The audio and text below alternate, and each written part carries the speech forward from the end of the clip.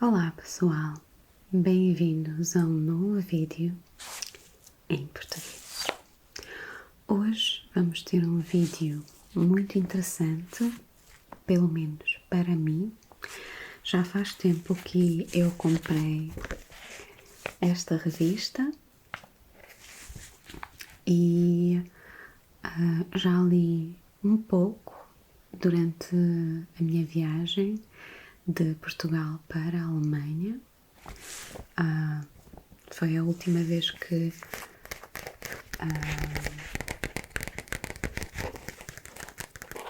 foi a Portugal que comprei isto. E, como falei, é muito interessante para mim porque a revista chama-se Visão, V-I-S-A-O,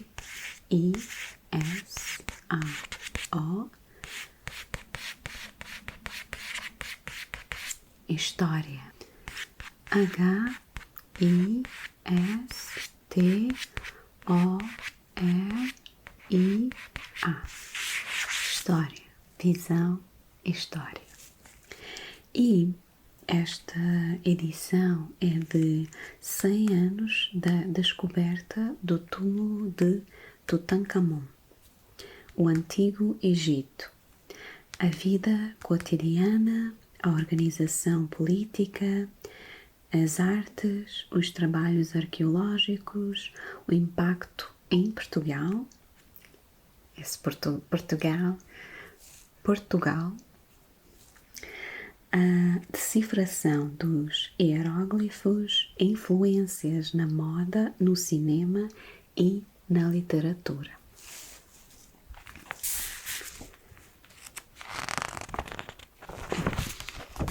Então,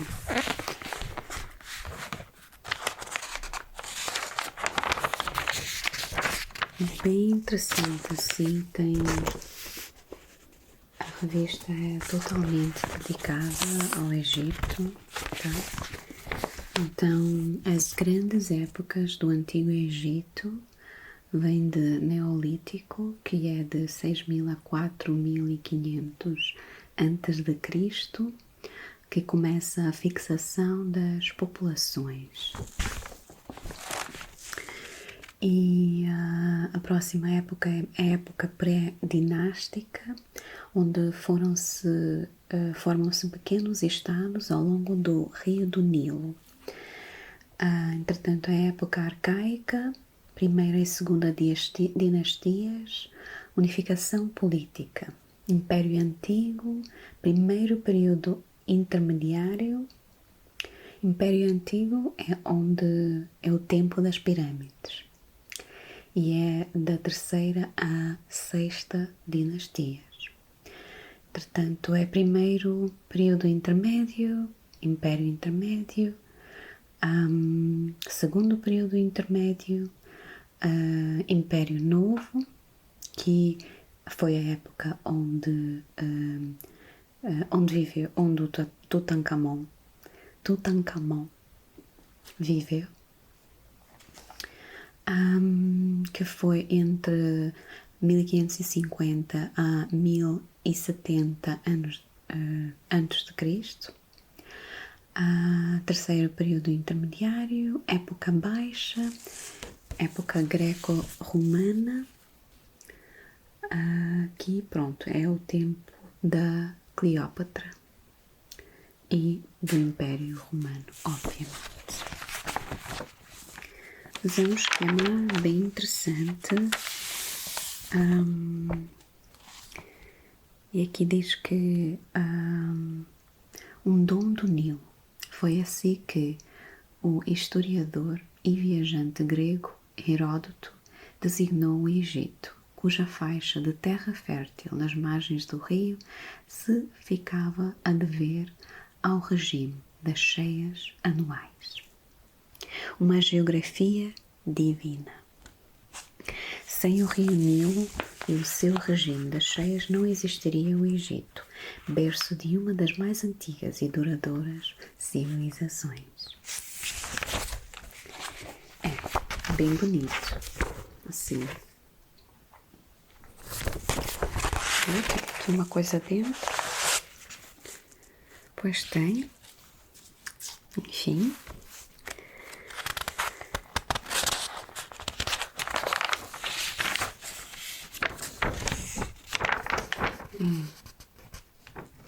Eu não vou ler as coisas mais longínquas, mais compridas, tá?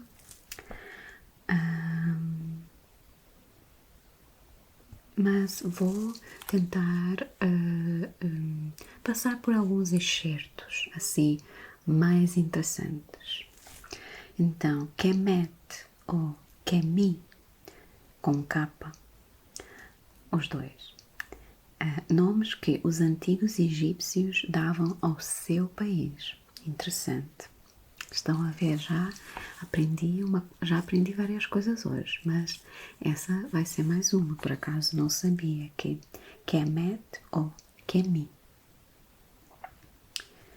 Inu-Ra, a maior cidade do Egito faraónico, da qual nada resta.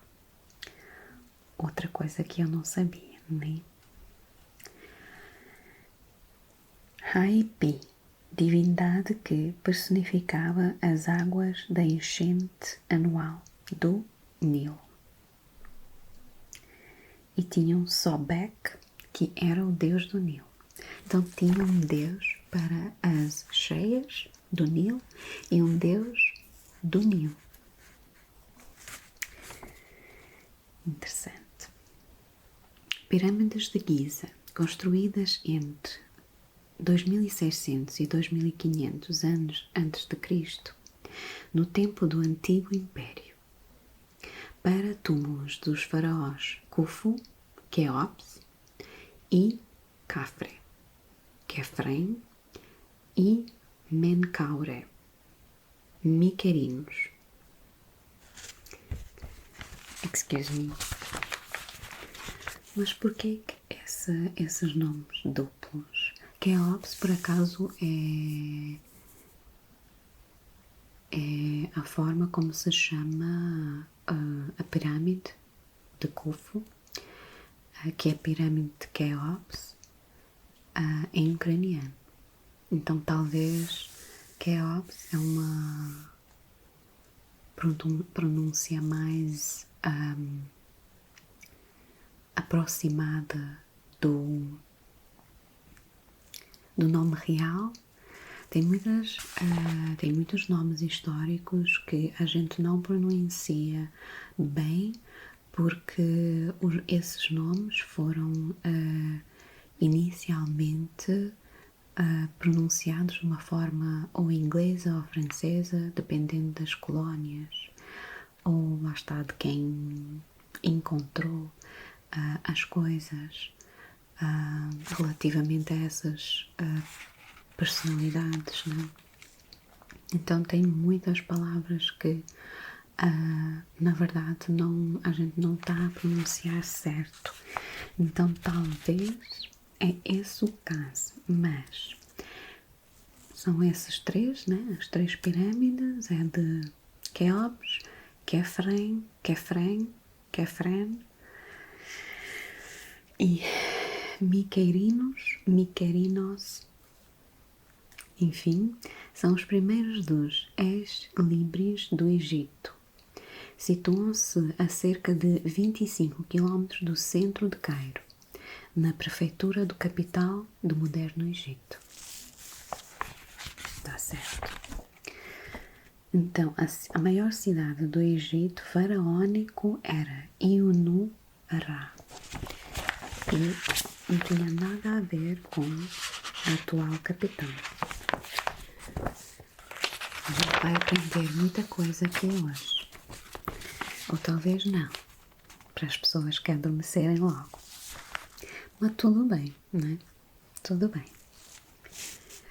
O calendário é egípcio. O ano estava dividido em 13 estações, de 4 meses cada.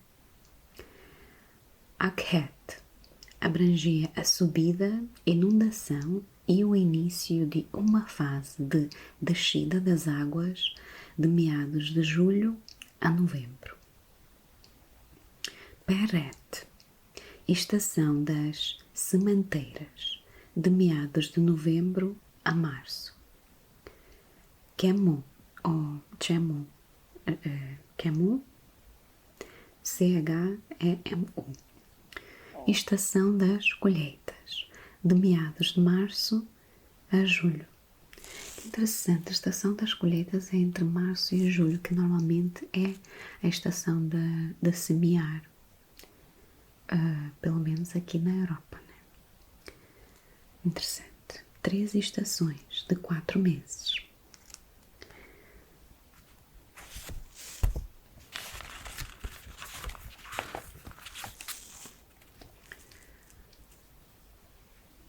Sítio arqueológico de Tanis Uma. Estátua... ok. Sítio arqueológico de Tanis. Uma estátua tombada de Ramsés II, o faraó do Império Novo, que por mais tempo reinou no Antigo Egito. E aqui tem a estátua. Ramsés II realmente é bem conhecido. Acho que, além de Quéops, ou Khufu, né, que toda a gente sabe por causa da pirâmide, acho que Ramsés e Amenhotep, tem um outro faraó que é bem conhecido, que é o agora Amenhotep. Talvez não é Amenhotep, Akhenaton. Não sei se é o meu cérebro que se está a lembrar de palavras aleatórias que são aproximadas de nomes egípcios. Quem sabe? Akhenaton, Amenhotep. Acho que é Akhenaton. Alguma coisa a tom, porque esse foi o faraó que decidiu mudar de deus principal. Então, do Ra virou Atom. E a mulher dele era aquela que tem a estátua dela bem conhecida, é Nefertiti.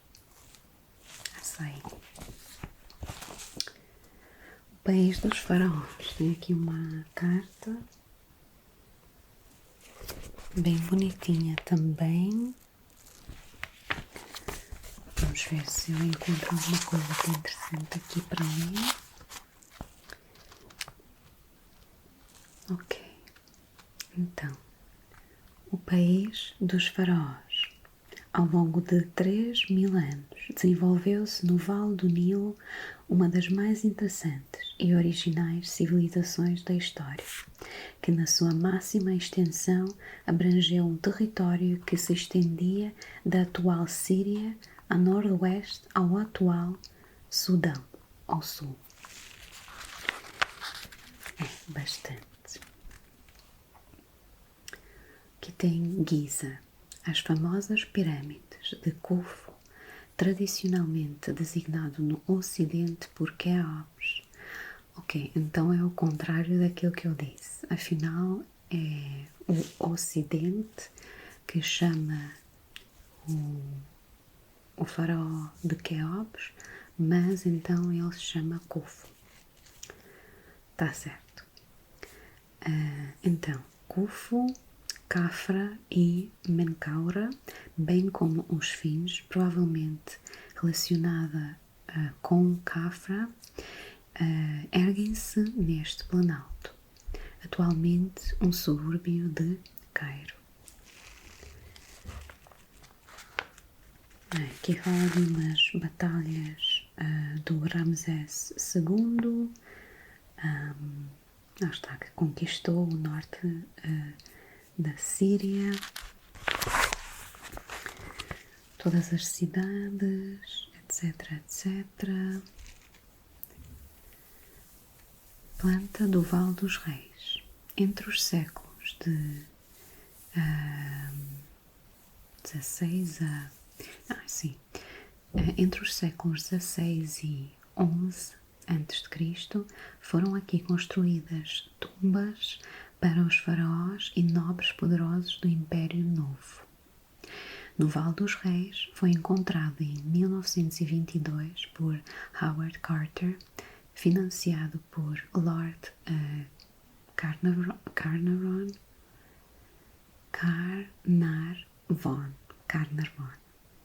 o túmulo inviolado de Tutankhamon. Ainda no outro dia vi um vídeo sobre a maldição de Tutankhamon. Na altura, o Lord Carnarvon, que foi o Lord que financiou a pesquisa, né, a busca no Vale dos Reis. Outra curiosidade, a casa desse Lord é a casa que mostram no Downton Abbey. Coincidências, né? Mas de qualquer forma, assim que o túmulo foi descoberto, ele morreu passado poucos dias. Enfim, morreram mais algumas pessoas, assim, entretanto, e se tornou uma cosquice, fofoca, que o Tutankhamon estava amaldiçoando as pessoas que, incomodaram ele no sonho interno dele, ou no descanso interno dele, algo assim, né? Mas, bem, tem tudo uma explicação, né? Tipo, até que podia ser, às vezes tem uma espécie de fungo que pode crescer na madeira. Se a madeira for contaminada e depois deixada por muito tempo sem corrente de ar, assim que alguém entrar, esse fungo pode matar as pessoas se elas ingerirem ou inalarem o fungo. Então podia ser uma justificação dessas, mas dentro de todas as pessoas que entraram, acho que só 3 morreram no túmulo, isto é, acho que só 3 morreram e teve uma justificação coerente, sem ser que, tal, foi uma maldição.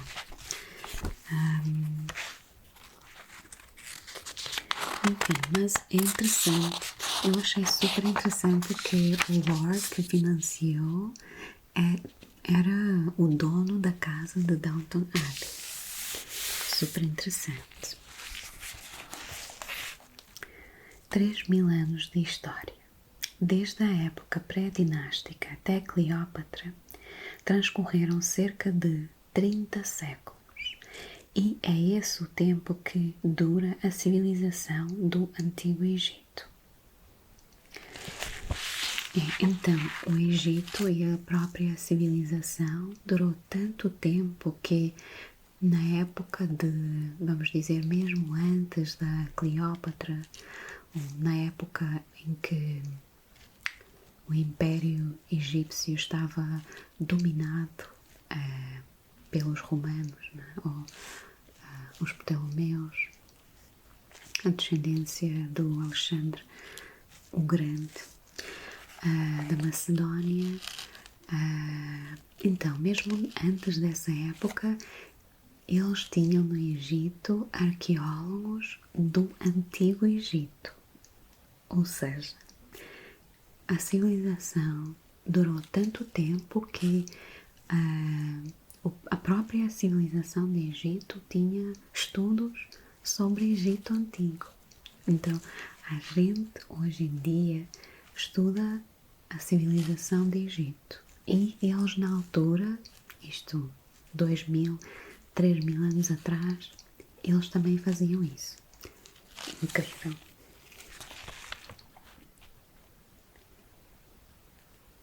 Então, por volta do ano 3000 a.C., ou seja, mais de 5000 anos atrás, o rei Narmer, originário do sul, unificou o país.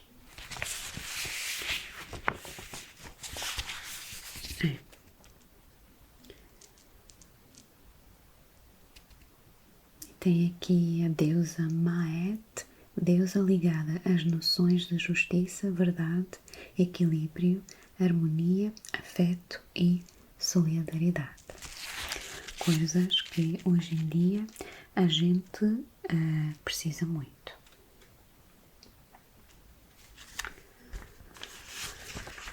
Então, Giza e Saqqara, esfinge que se crê ser dedicada a Khafre, e a pirâmide de Khufu. Nesta página é a pirâmide de degraus de Saqqara, construída por vários mástamos sobrepostos. Aqui tem.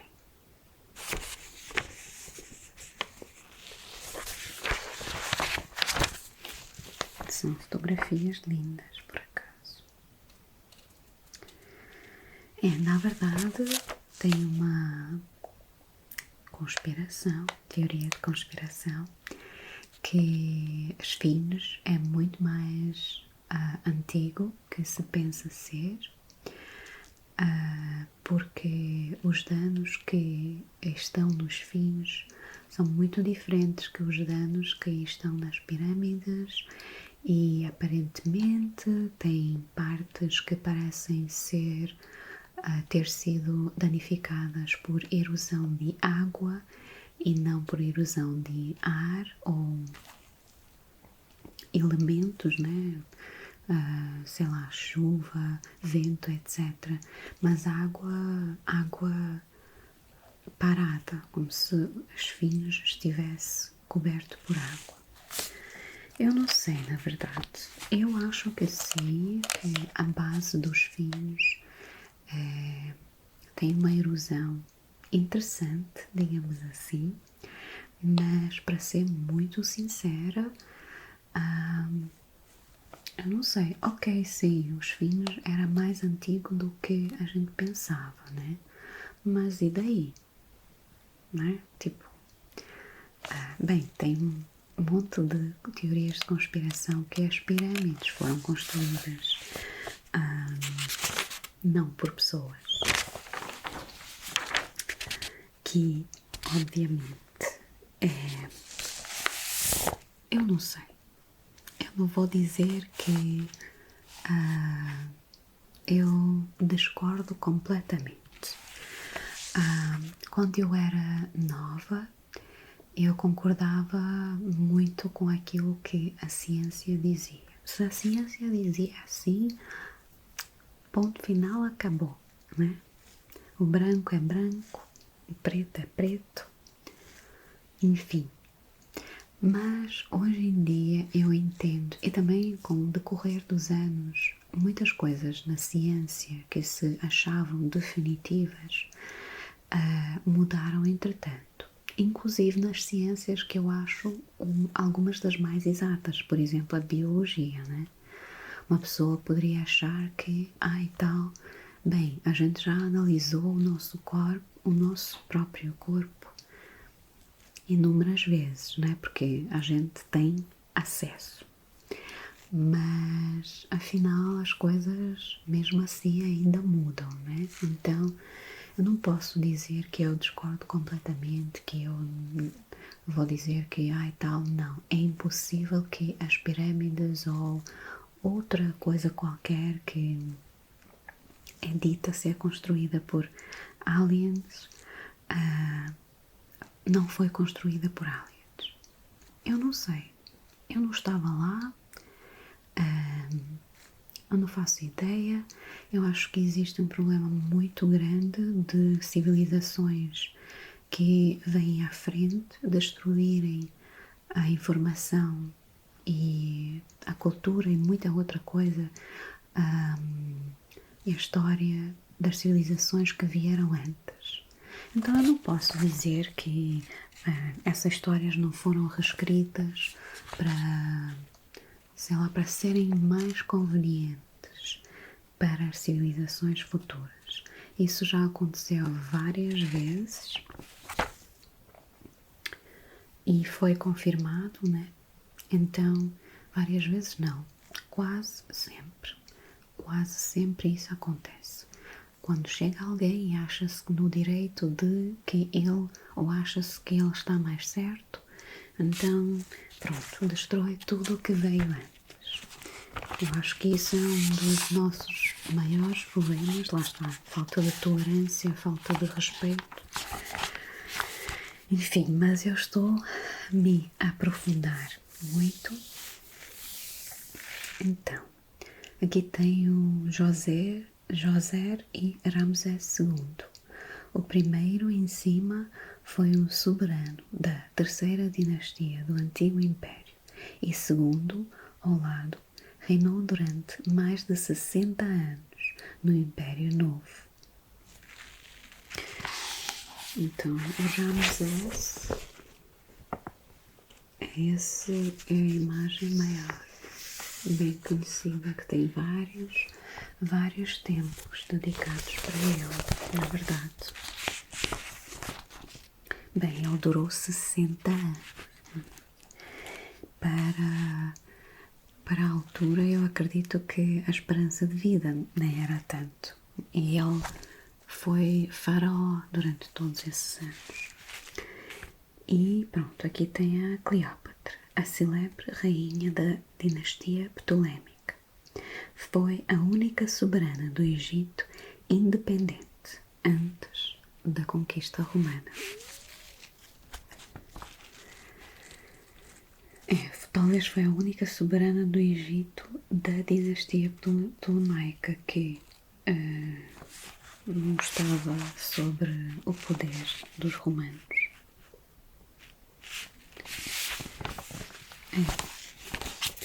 É preciso ler isso tudo, é bastante informação, mas então tinha a pirâmide social, como é óbvio, tinha o faraó e a corte que estavam no topo, né? Os sacerdotes e os escribas. Não é nada de surpreendente. Artesãos e mercadores, camponeses e impostos, e aí vinham servos e escravos. Não é muito diferente de qualquer uma das civilizações. Talvez não as mais, quando os escravos, né?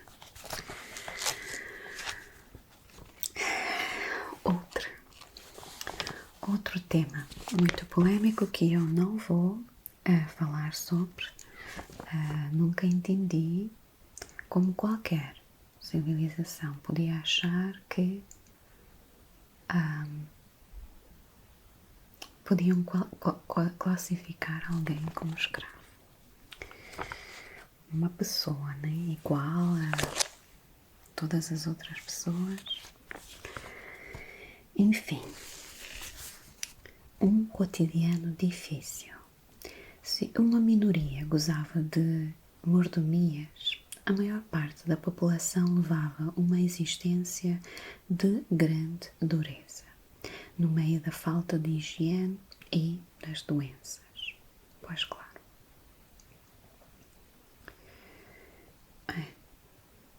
Então aqui mostra que, como por todo lado, né? As pessoas, havia muitas pessoas que viviam num espaço pequeno. O Adi é o leito seco de um rio onde a água apenas corre na estação das chuvas. E aqui tem um exemplo das habitações.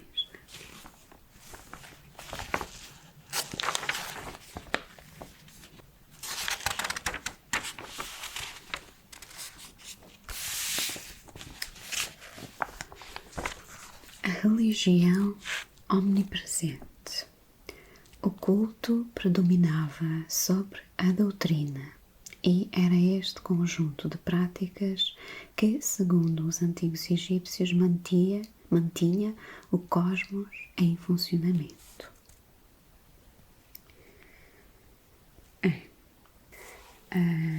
Tem muitos deuses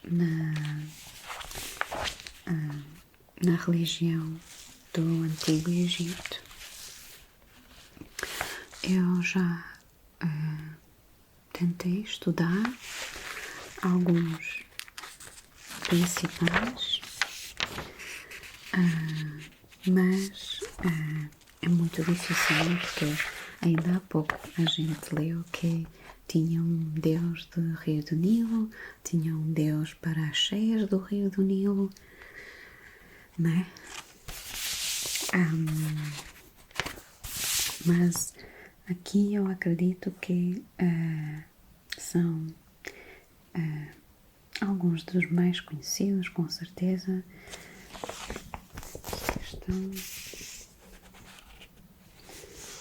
Então, aqui tem o Horus, é o Anubis, aqui deste lado é o Osíris e a Ísis, e este aqui é Néftis.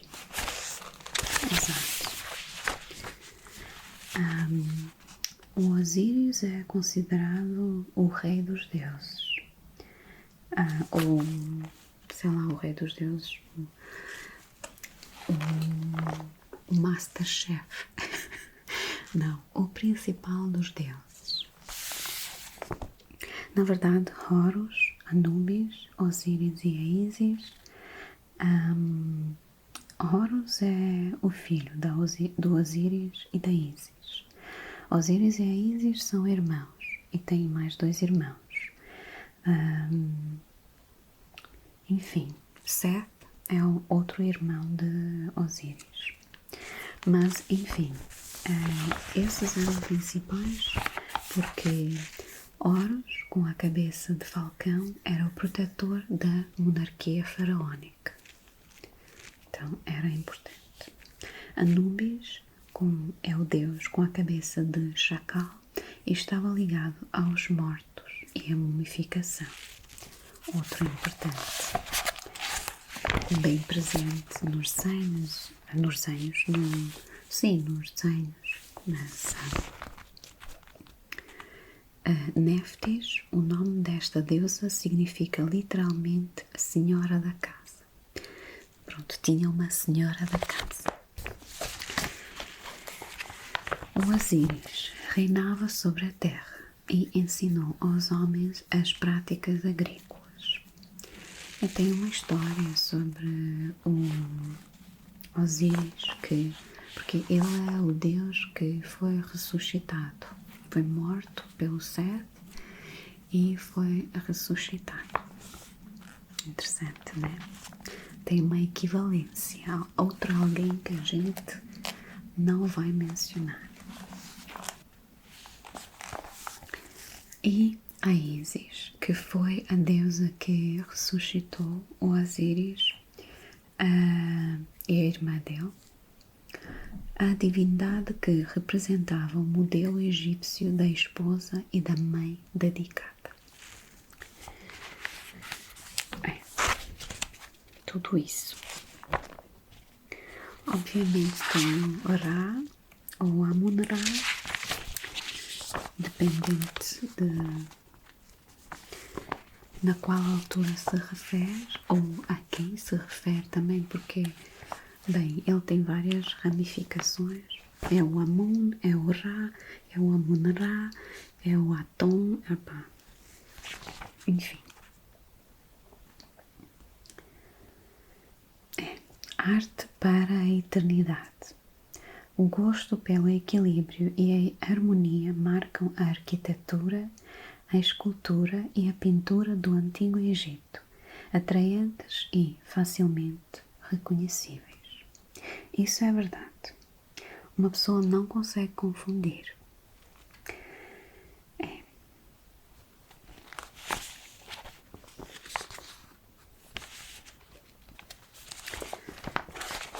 Eles faziam as esculturas com bastante precisão e lá está.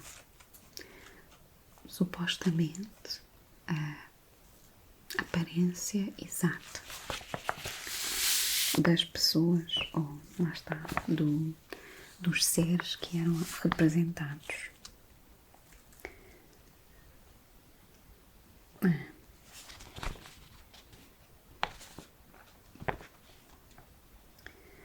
Então, as grandes construções têm sempre o templo funerário de Ramsés II, né? que é o tal palácio, o túmulo, né? No fundo, nas margens do Nilo, em Luxor, que é bem conhecido.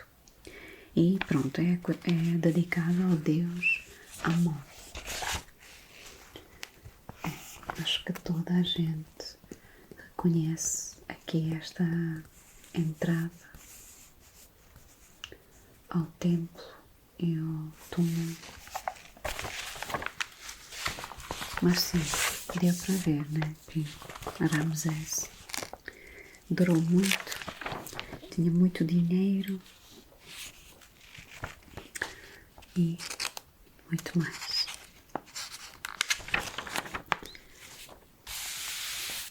Então, aqui também está a começar a parte de Napoleão Bonaparte e o início da egiptologia. Aventura napoleónica no Egito. A aventura. Chame as coisas às suas palavras. Aquilo foi uma guerra, não foi uma aventura. Honestamente. Como se ele fosse o herói salvador que chegou e... Ai, por amor de Deus. Enfim, a aventura napoleónica no Egito na viragem do século XVIII para o século XIX traduziu-se por um fracasso militar. Guerra, né? Mas construiu uma duradoura vitória cultural. Certo, então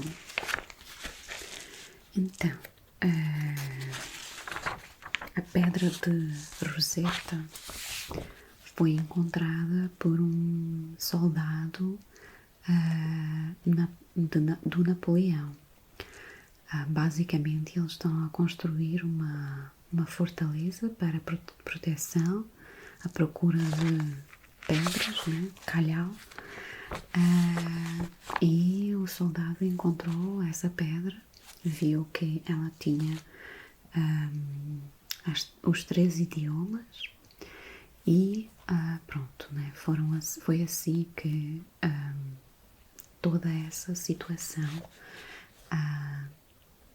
ajudou para entender o que é que os hieróglifos significam. Outra coisa que eu não consigo entender é como é que os egípcios, os próprios egípcios, não sabiam o que é que os antigos egípcios, a língua, né? O idioma, a escrita e tudo mais. Tipo, como é que é possível?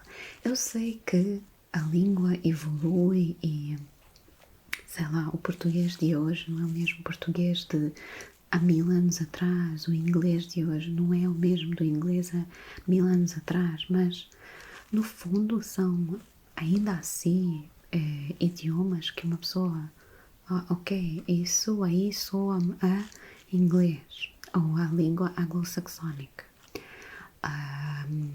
Isso aqui soa a latim ou as línguas latinas.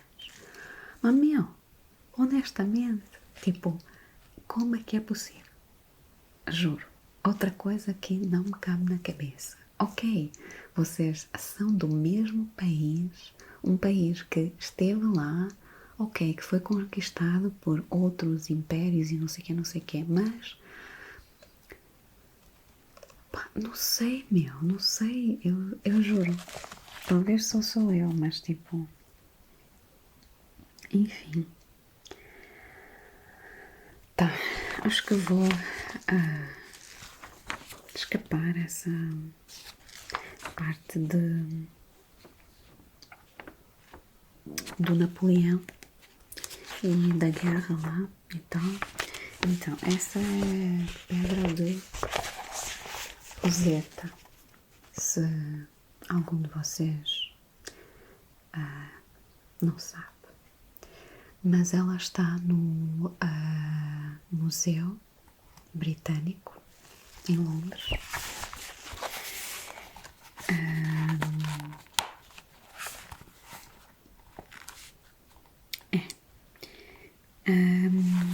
Tem bastante confusão criada por causa disso, porque o Egito está constantemente a pedir para que a pedra fosse devolvida. Só para explicar, a pedra em si não tem um texto muito especial.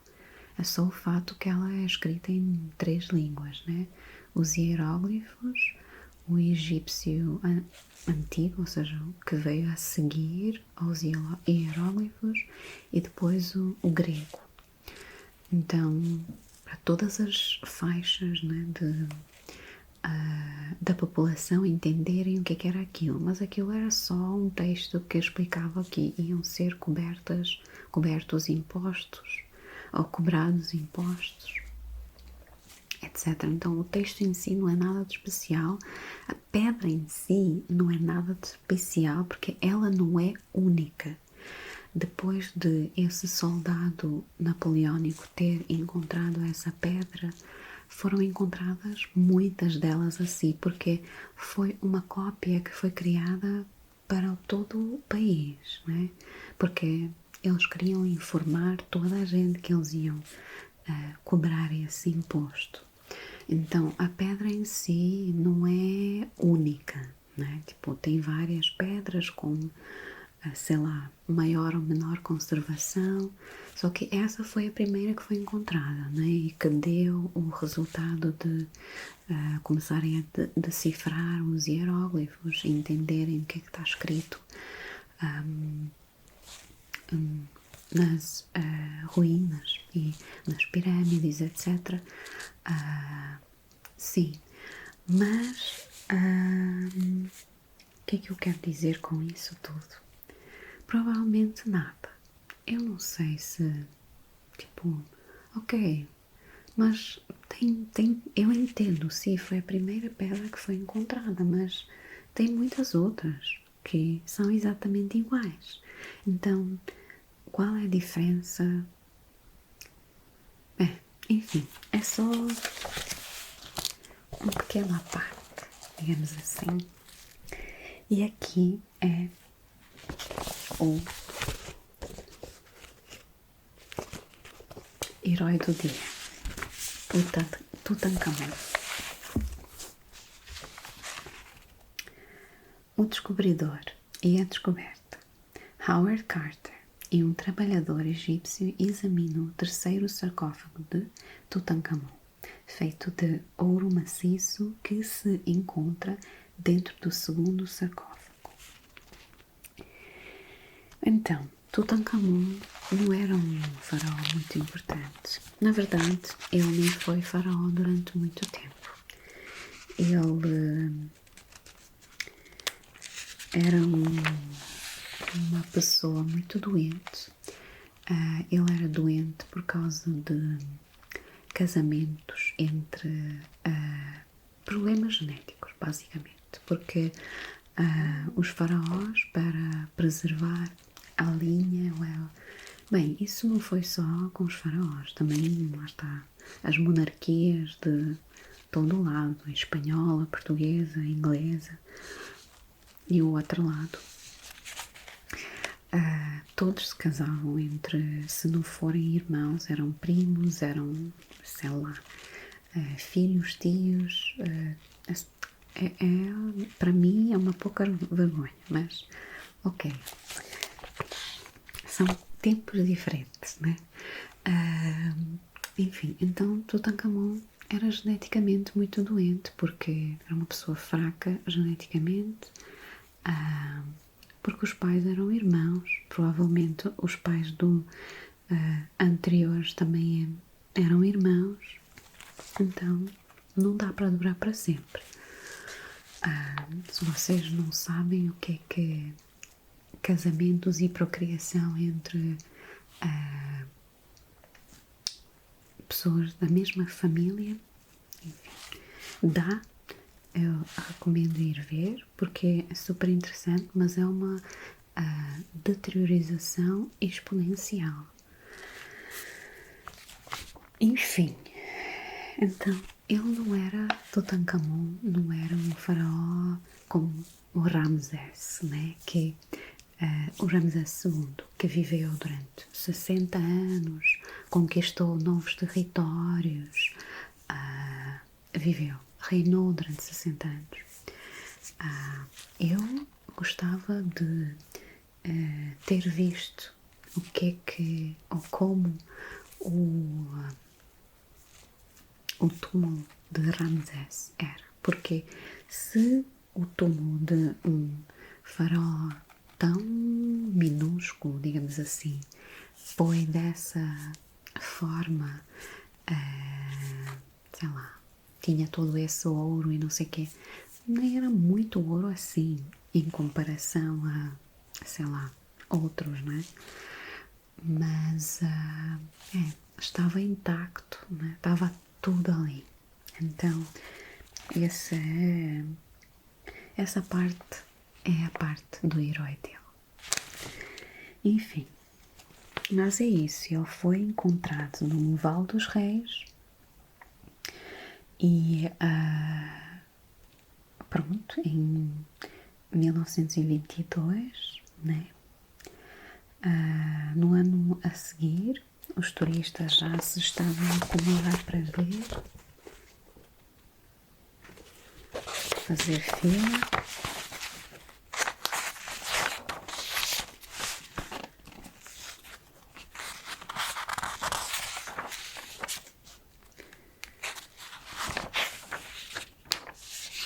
Dentro do túmulo estava tudo guardadinho. Mas lá está, não tinha muitas inscrições, etc. Desenhos e tudo mais. Era simples, parede branca. Então lá está, não era muito ornamentado, o que pronto, só significa que talvez ele não teve tanta importância assim, comparando com os outros, né? Enfim, não querendo dizer que ele não teve importância. Então, estão aqui os deuses principais, né? Tem o faraó, sempre que é colocado junto com os deuses.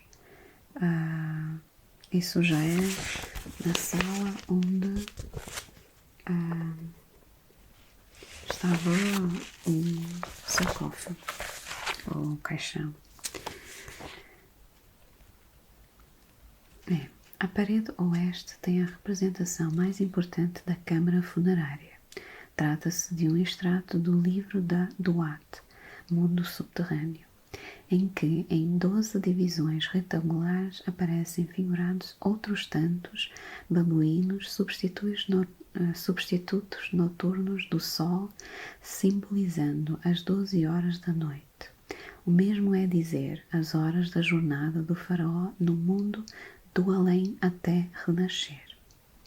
Na parte superior da cena figura a barca solar onde segue adorado o escaravelho Capri, que simboliza o sol matinal, o sol triunfante do novo dia, assim representando, é outra metáfora para a eternidade alcançada com o sucesso pelo faraó Tutankhamon.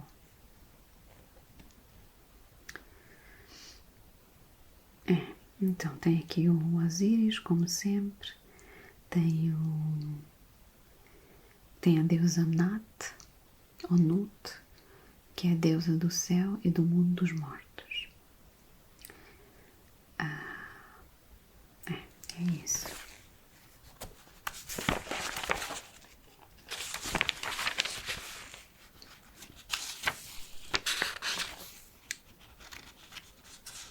Tem sei lá, uma cadeira dele, uns ornamentos da cabeça também. Aqui é uma cobra, mas significa algo tipo proteção de realeza ou algo assim. Que pronto, é a tal cobra, né, que os faraós sempre tinham. Então, Tutankhamon foi herdeiro de uma dinastia com cerca de 700 anos. A gente pode imaginar quantos irmãos e irmãs dentro desses 700 anos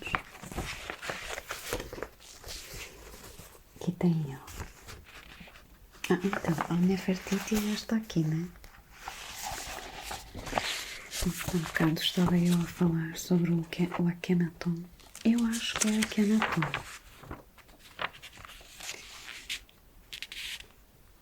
Exato, aqui ela.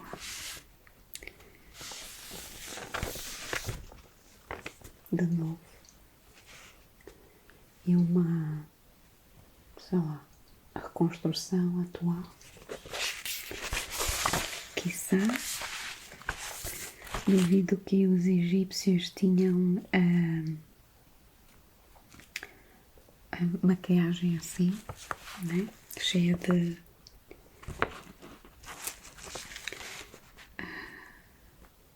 o rosto da Nefertiti e a modelo de Christian Dior.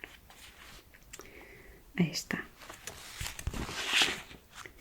Mas sim, essa estátua é muito influenciada na moda também, aparentemente. Muita influência nos anos 20. Nos anos 20 o pessoal estava obcecado, né? Aqui tem a maldição do Tutankhamon. É o Lord Carnarvon, o aristocrata que financiou as escavações do túmulo do jovem rei, morreu pouco mais de 4 meses depois da descoberta, acontecimento que alimentou a lenda. Então, o que aconteceu no dia da descoberta é que o Carter tinha um periquito que estava na sua tenda e pronto, depois de, enquanto eles estavam a descobrir o túmulo, o periquito supostamente foi atacado por uma cobra e pronto, a cobra comeu ele e acabou, né? Mas enfim, alguém assistiu à situação, algum trabalhador lá viu isso acontecer, então sei lá, né? Começou meio assim o pânico. E enfim, passado alguns meses, como diz aqui, o Lord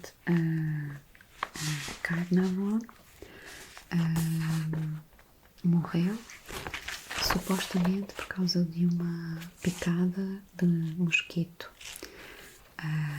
que não foi bem assim, né? Porque sim, o mosquito picou ele aqui numa das bochechas, aparentemente. Daí ele estava a fazer a barba e abriu mais a ferida e supostamente a infecção entrou na ferida e ele acabou por morrer por causa de infecção do sangue. Mas, uns anos antes, ele tinha tido um acidente de carro. E esse acidente de carro quase que matou a ele. Então, ele já estava com o sistema imunitário enfraquecido, basicamente. Enfim, é um... Mas pronto, né? Começou com o periquito, depois foi o financiador, né? Que era uma figura importante. Pronto. Mas sim, a cultura virou muito popular, a cultura egípcia refletiu-se na moda, na arte, no cinema, até que a gente tem filmes dedicados precisamente para isso.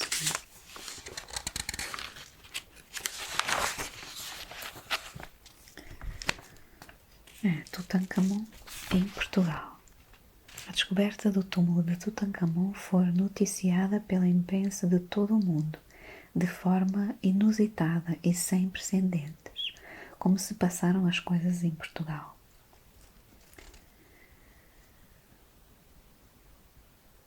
Então, ilustração portuguesa. Nos anos 20, a revista publicou 2 artigos sobre a descoberta do túmulo. Ao lado, o de 19 de janeiro de 2024.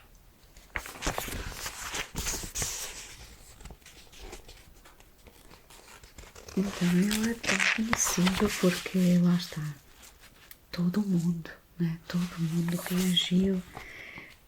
Todas as revistas queriam saber.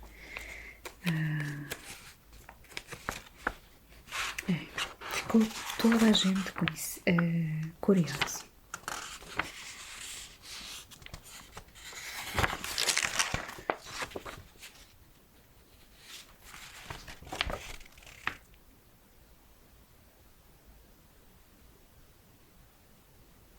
Entretanto, lá está, eles começaram a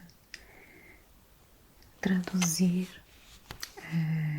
músicas e textos para português também. E pronto, tudo isso foi a partir de 1925, né? E assim acaba essa minha revisão por alto, obviamente, dessa edição de Visão e História sobre o Antigo Egito. Eu achei bem curioso e interessante e também o meu cérebro mexeu um pouco aqui para recordar algumas coisas que eu já sabia. Enfim, mas termino assim esse vídeo em português. Espero que vocês vão gostar. Eu tinha prometido fazer mais vídeos em português e estou a tentar cumprir com essa promessa, mas de qualquer forma, se vocês têm sugestão de algum vídeo que vocês queiram ver em português, podem deixar em comentários. Muito obrigada por estarem aqui e vos vejo em breve.